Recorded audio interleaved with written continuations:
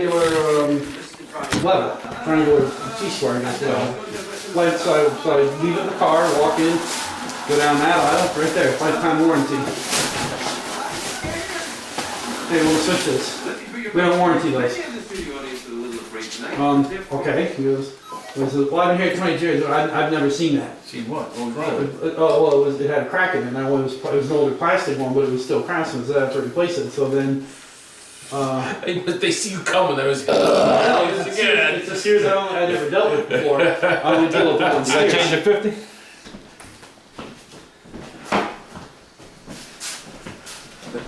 So then I'm like, oh, so I guess since you've never heard of it, I guess it doesn't exist. And she got all mad. She's like, well, I'm not changing this. They call the manager. So then the manager I've comes never over. had a problem once. Neither have I ever. Changing anything. And then she goes over there. She's like, well, I said, well, let's see. What's this? Lifetime warranty. And she's like, changes the thing out. Oh my God. She says, I don't deal with Danbury and I don't deal with that other store. I only deal with one.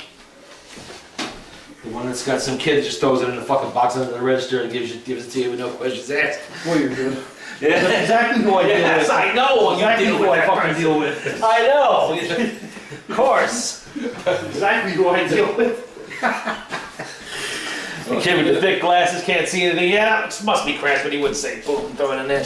I remember the kid at the, well, it must have been in Danbury, I think it was. That's where I was. Danbury's rough. They're rough. That's where the kid took going there, the never old shit, the new shit, threw it all in the same bag and handed it to me.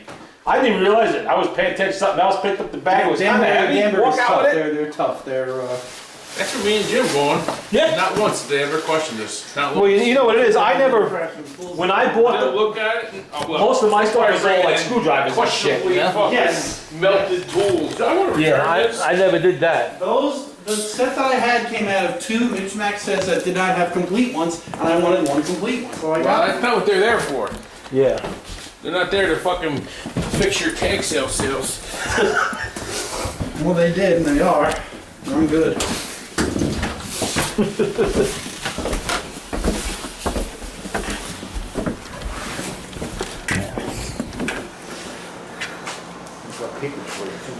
I don't think I can take those with me tonight, mate. If I get the key or Yeah, when you get the key, just drop it off. Shit, my hands are- Oh well. What? Look at my strut towers. We'll do it next week. What's wrong with your strut? I'll say how much they are. Towers? The towers are bad? According to Lisi's. the struts. They You want mean the fucking- struts? Oh, the towers are the body of the car. I hope you don't have a problem there. Holy shit, that'd be a little expensive. All right, Mike. Hey, boys. Till next week. Yeah.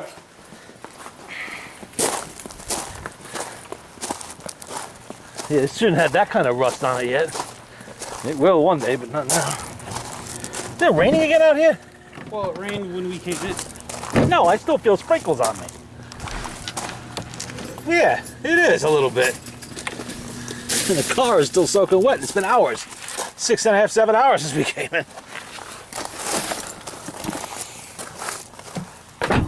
Whoops, did I close that? Yes. I did.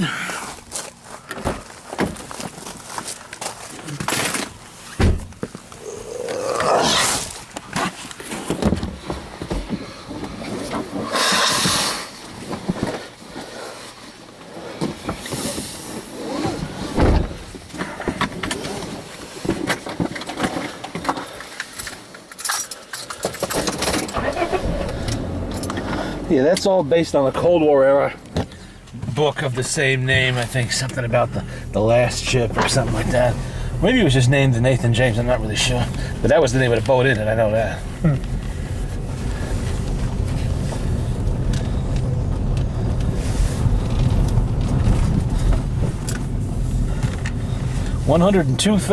102,262 miles.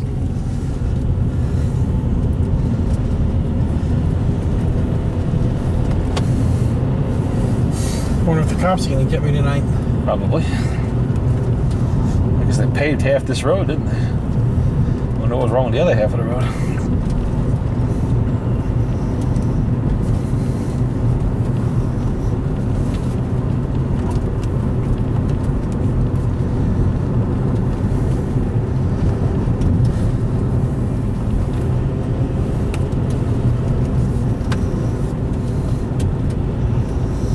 I guess they're replacing the Russian nuclear missile submarine with a destroyer or whatever that is, class of Russian ship that is.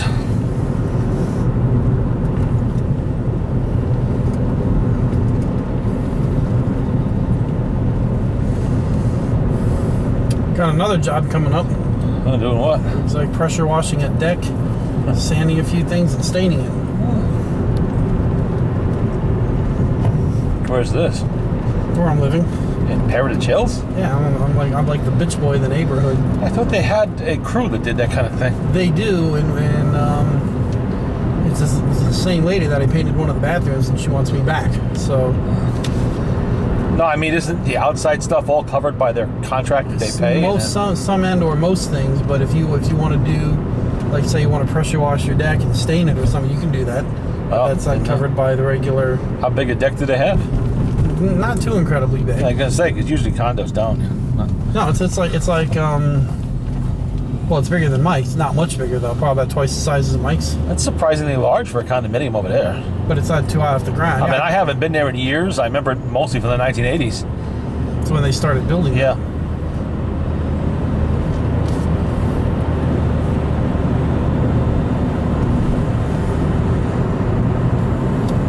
Don't imagine there's anybody still living there if that was there in the 1980s.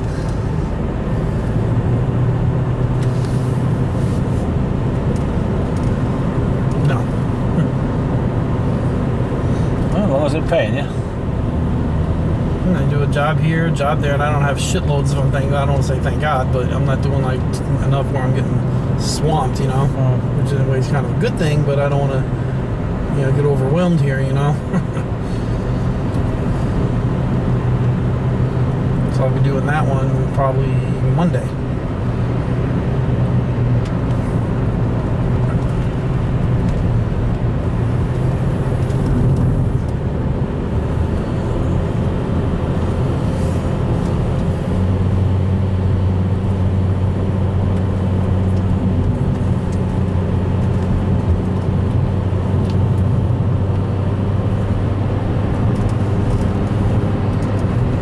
Even Terry's asking me what I do. I already told her what you do. Several times, in fact. So he's fucking retired. He was on a pension. And he does odd jobs. Yeah, that's exactly what I told her. I said, get that. So And now he's a butler.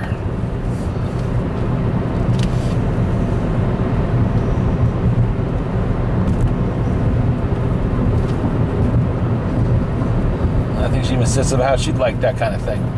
I said, okay, join the service, stay there 20 years, get your pension. I thought she probably meant how'd you get in Heritage Hills. I'm not even sure she knows you're living there yet. I haven't seen her in a couple of weeks. I haven't told her. I don't think I did. Maybe I did. I don't remember now. Don't know.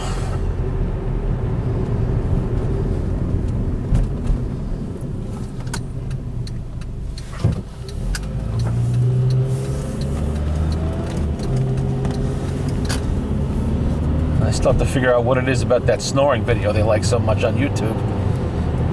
He's got, last time I checked it, had 71 views on it.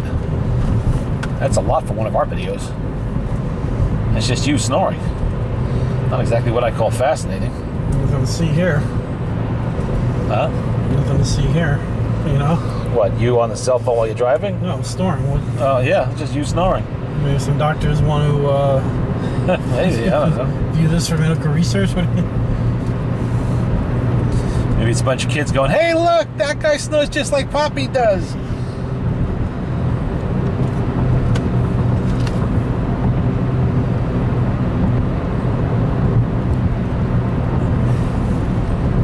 Well, I haven't heard any fireworks go off for a couple hours anyway. At least I don't got to worry about a forest fire. Yeah. You know? Yeah, that's true. No rain for 2 months. Everything's Yeah. drying, you know. Goddamn won't quit raining around here.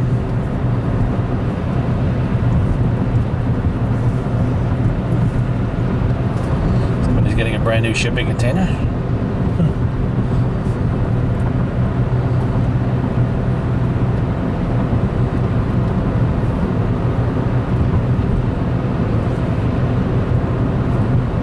Well, the weather's supposed to be, it's good for now for the weekend, right? I really don't know. I didn't see it today. I think it is.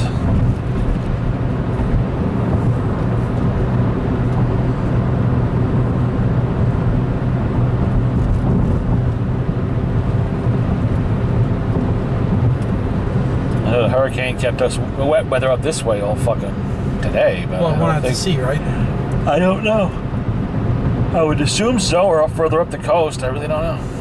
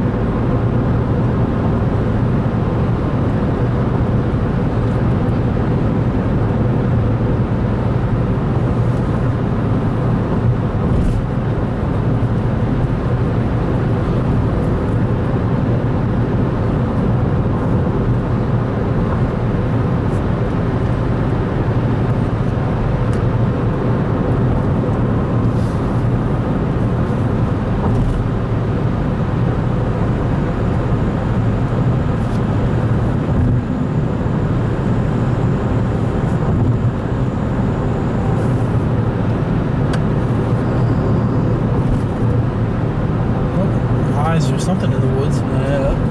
There are critters. Bambi's waiting. There's a fox, I think. Them too. Wherever you have bunny rabbits, you got foxes. There's lots of bunny rabbits.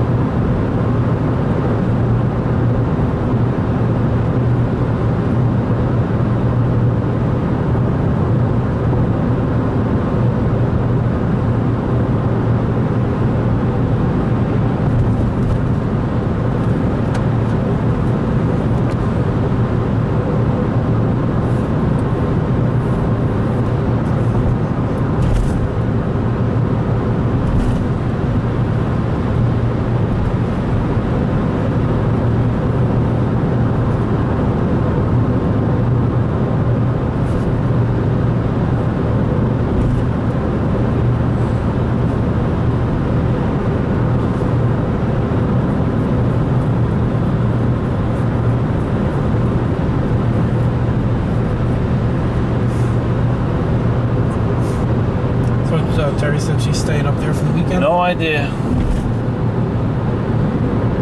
Said something in a long email, but I don't remember what the hell it was.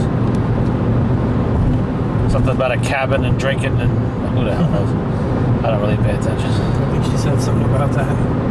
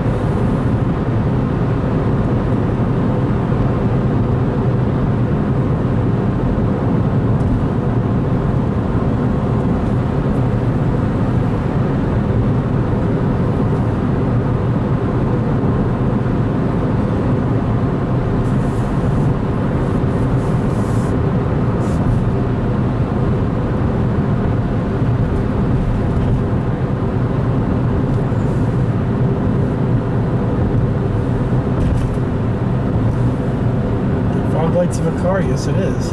Yeah. Oh boy. Police. Campus security problem. Oh yeah. No, it's a delivery. It's pizza delivery. Huh. Someone's getting pizza this hour of the night? Hmm. What pizza joint is open at 1 o'clock in the morning? On 4th of July. Well, it's 12:51. It's not quite 1, yeah. Down in Norfolk, maybe. Yeah. And even then, things have quieted down there since they're decommissioning ships. Not like it used to be. Talked to my old boss at the pizza place. So he wishes things were like they were in the 80s. Well, that was the height of the Cold War. I mean, you know. He said there's always had a million ships in. Yeah. Well, we'll be back there again. The next war is inevitable.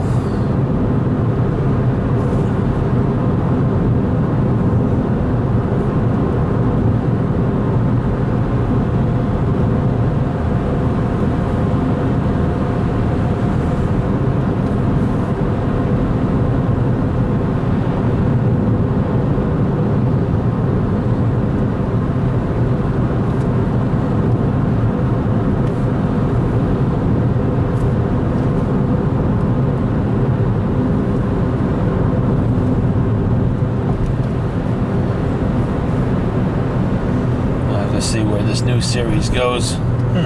Is it sticking to the book more or less? No, of course not. The book was Cold War, it was nuclear war, it was a whole different scenario.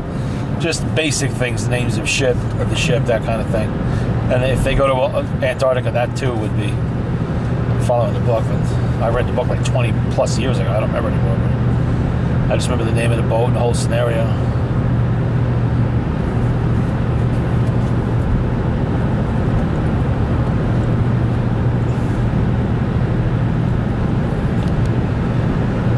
Only problem I see so far is the lack of survivors. Every disease, even the most virulent, leaves some members of, especially large populations. Some people will survive it. They'll be immune to it. Always. Black Death, doesn't matter, even weaponized, doesn't matter what it is. There's going to be some survivors. This so far is looking like 100%, mortality rate. Damn near, yeah. Which is just ridiculous for any disease. Because, diseases mutate the minute they hit the host population. So even if it is extremely potent to start with, it's going to be worn down a bit by the time it spreads all over the globe. Whoever starts dying, it's got nowhere to go. Yeah. So there would be more survivors.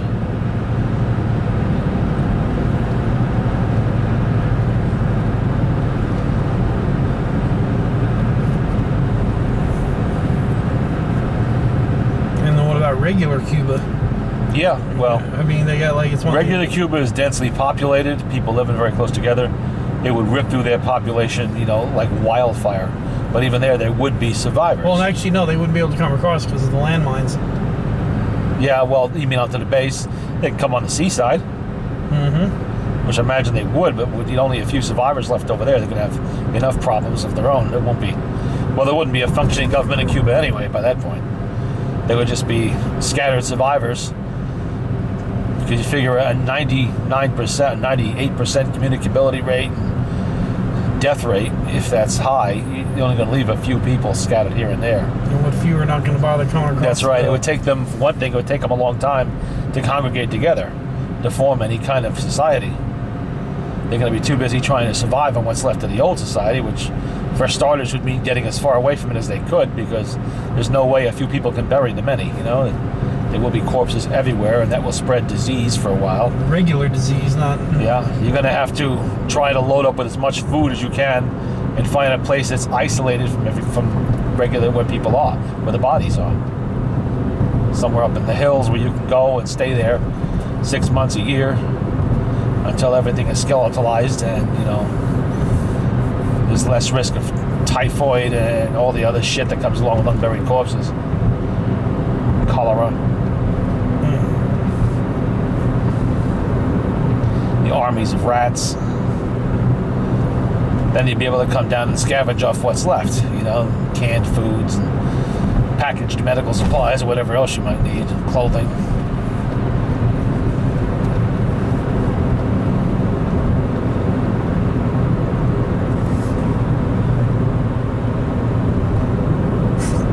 there would be more pockets, especially considering the government apparently knew it was coming. That's why they sent the scientists out there and all that other shit going on. But there would be more pockets of people isolated from the illness that never get it in the first place. Not just in places like the CDC, which is also the problem I have with The Walking Dead. But the government has a large number of secure facilities, military facilities that are made to survive doomsday, and they would be fully stocked and fully manned in the event of something like that. They would slam shut the fucking doors and let nobody in or out. Now, if the disease happened to get in before they slammed the door shut, then that facility's gone, but they wouldn't all be gone. Mount Weather would still be there. Cheyenne Mountain would still be there, I'd have to believe. What's the one in West Virginia, the resort, the golf club? That's the Greenbrier, but it's decommissioned. That is no longer used. They use it as a storage facility now. It's no longer an operational doomsday shelter for the government. 50s and 60s, right? Yeah, and 70s. It was operational till the end of the Cold War. Oh, really? But it was obsolete by then even, because, it just would not survive even a near miss by a modern nuke. And they had better facilities elsewhere.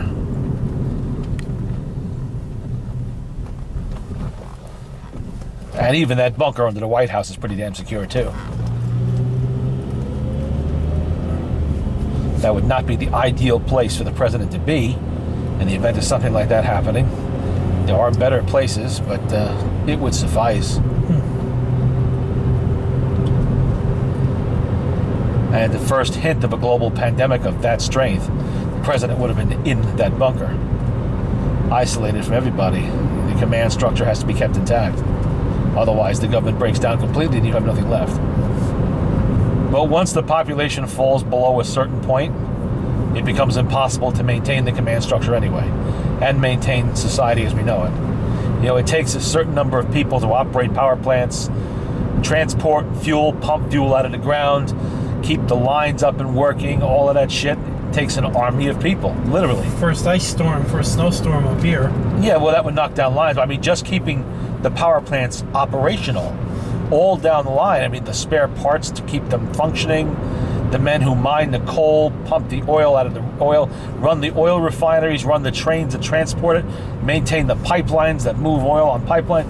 It's endless. It's an endless stream. And once you've fallen below a certain level, I think it's below 60% of the population, you no longer have enough skilled people to maintain those jobs. And things begin to break down. First, of course, the power goes. Food distribution and transport goes. Food production goes, except on the lowest levels. The farmers would be okay for a while because, they're growing their own food provided they can survive the disease.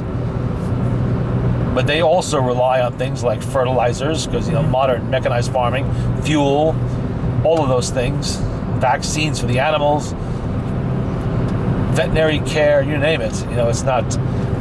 This is not 1790 where they're living in a closed society pretty much by themselves and they're dependent on their own resources. Today it's different. Modern society really does take an army of people to keep it running. Millions of people. Especially the larger cities.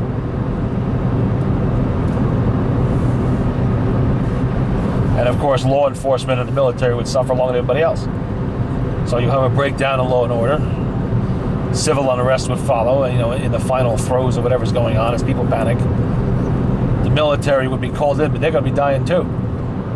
So that wouldn't last too long. But in the end, everybody dies.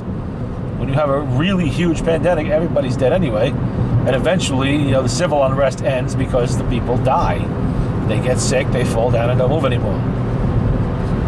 And the survivors will be the ones that hunker down inside their little caves and houses and don't come out. They hide, basically. Your survivalists up in the hills with their gas masks and their canned food, hiding from everybody. And sooner or later, the virus burns itself out. It can only survive as long as there's a host population to breed in. Right. Once the host is, what do we got? It's only a little animal. It's a fox. Yep. Little foxy fox. Once the host population that has it dies out, eventually it will become safe for people who never got the disease to come out again. And then you'll have the great secondary die-off. You know, you'll have people dying from appendicitis, heart disease, you know, who have never done hard physical labor before. All of a sudden they have to do it for themselves. They can't survive that. They're of a certain age and shit. And you're going to have, you know, back to the 17th century where, you know, there's no medical care and little infections will kill you unless you know how to use antibiotics, and you can get them from the drugstore. Drug addicts and alcoholics that might happen to survive, you know, you're going to have problems there.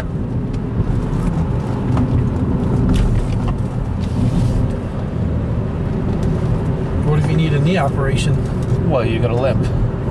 You're not going to be able to get that, obviously. That's something only a modern, highly technical society can give you.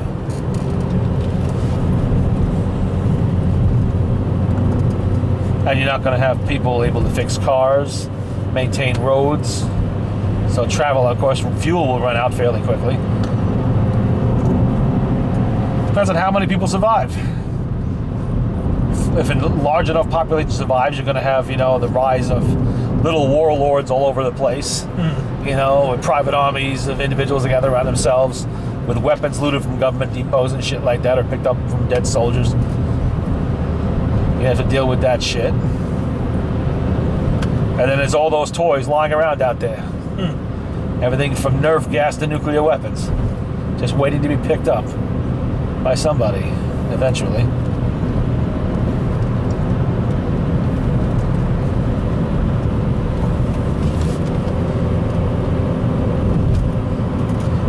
Definitely the lucky ones will be the ones that die in the disease and are not left to fend for themselves after it's all done, because that will not be an easy life at all.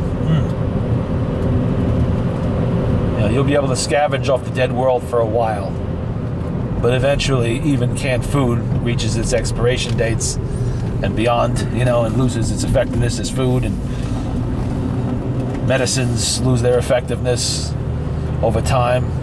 Buildings break down, roadways become impassable fairly quickly.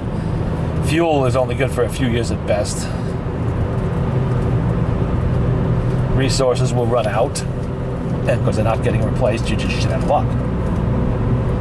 You're going to have to learn how to farm, animal husbandry, all of those things our ancestors knew how to do to keep themselves alive. In the Dark Ages, we would have to relearn. Some people would be able to do that, some people simply wouldn't be able to adapt to that kind of life.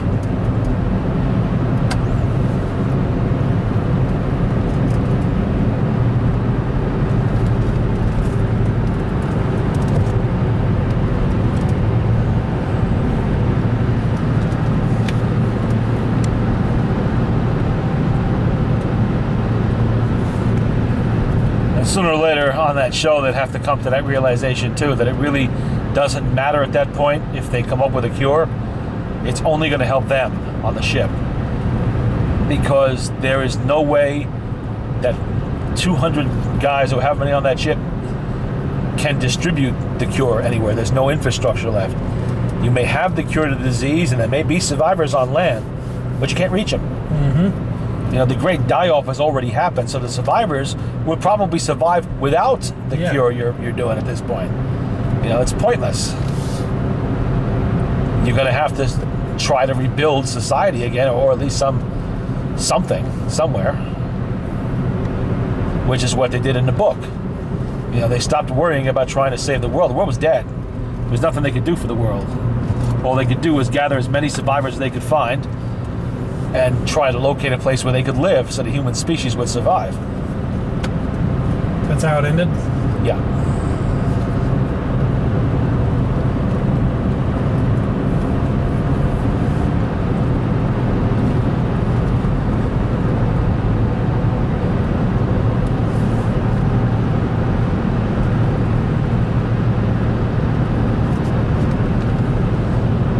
It's not the first time disease has wiped out substantial populations of humanity. I mean, the Black Death cut a swath through the population of the 13th century so badly that, you know, entire towns and cities had no people in them anymore.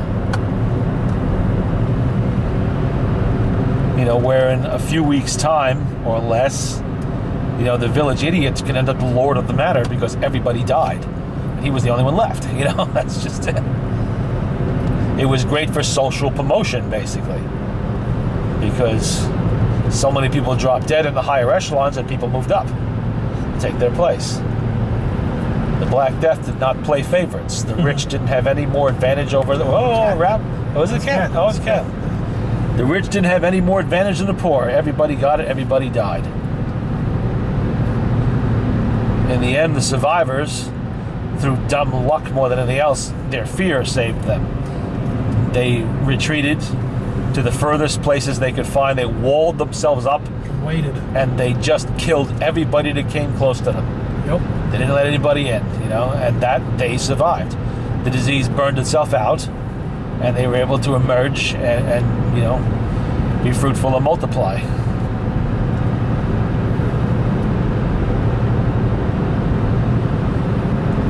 And it fuck near happened again in 1918. They even know where it came from? Oh yeah, sure they did. 1918, they know exactly where it came from. It came from Kansas. That's where it first showed up, a U.S. military training camp in Kansas. I forget exactly where, although it's a well-known name. And our troops brought it over to Europe during the First World War, you know. It spread like wildfire in the trenches.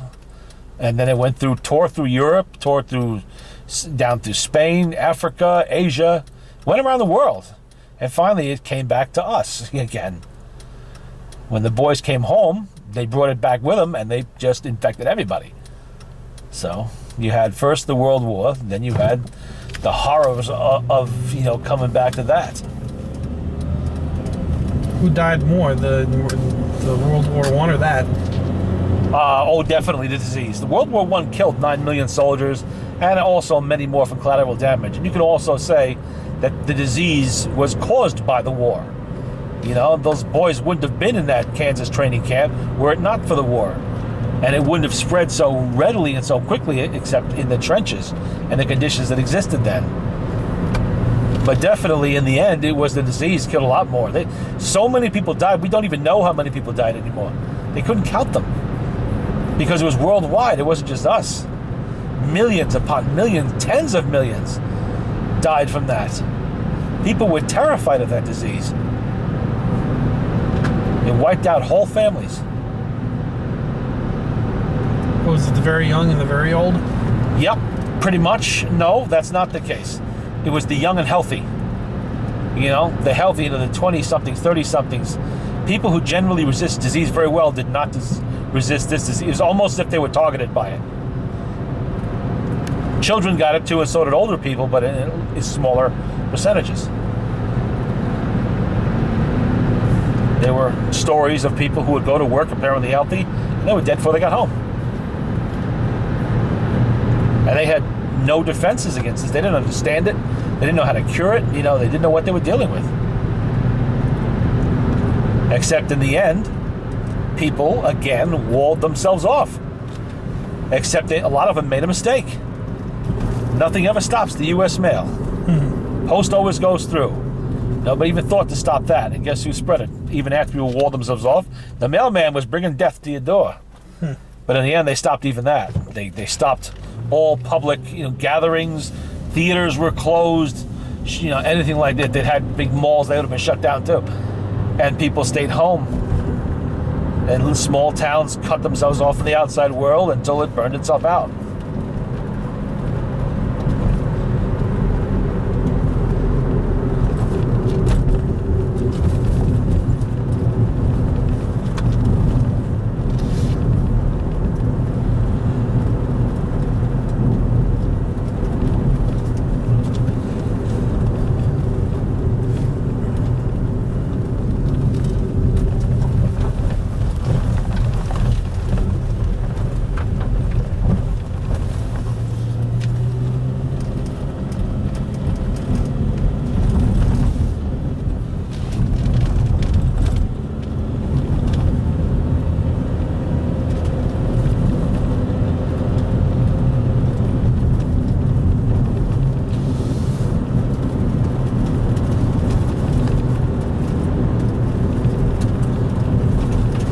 Tiger staying for the rain?